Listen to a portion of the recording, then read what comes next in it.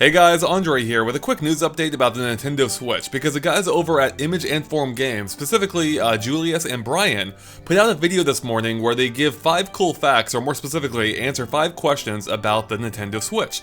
Because they are the developers of indie games, or rather they're an indie developer of games such as SteamWorld Heist, and they actually have a dev kit and have had one for some time.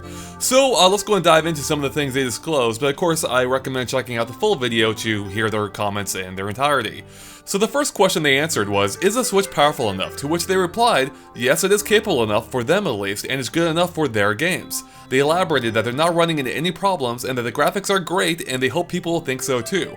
So that's all very good, but do keep in mind that they are a smaller, primarily 2D focused developer, so just keep that in mind that we shouldn't read too much in those comments quite yet. The next question they answered was if the dev kit looks like the final product, being the one we saw in the Switch reveal trailer. And they answered, no, it doesn't. It's just a box. So probably similar to any other, dev kit we've seen out there, like such as a Wii U one, which I think pictures, came out some time ago. In fact, they even mentioned that they hadn't seen the final product until the reveal trailer, which is pretty interesting. Next up, they addressed the question of whether Nintendo will continue to support indie developers, and they sounded extremely positive on this, saying yes, they will, and that Nintendo treats them very well. They actually gave a pretty long answer for that, so you may want to check it out in full, but again, they sounded very positive on this.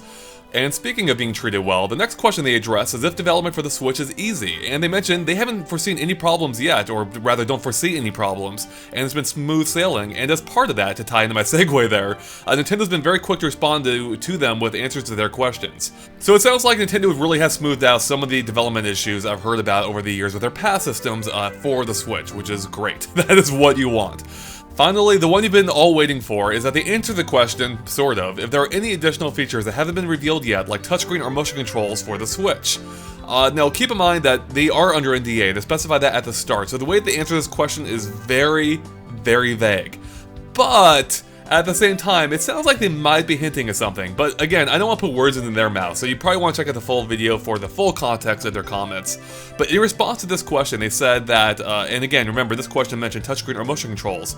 They mentioned that those are heavily rumored on the internet, and that you haven't seen everything yet. And they actually really drive that point home by saying basically the same thing a second later. So, there you go. I mean, this really isn't a great surprise.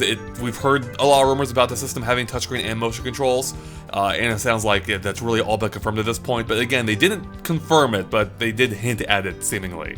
So, there you go. I'll link to the full video in the description below. Go ahead and check it out for even more comments on them about all of these questions. Some really interesting stuff there, at least in terms of, development support for the Switch. It all sounds very promising.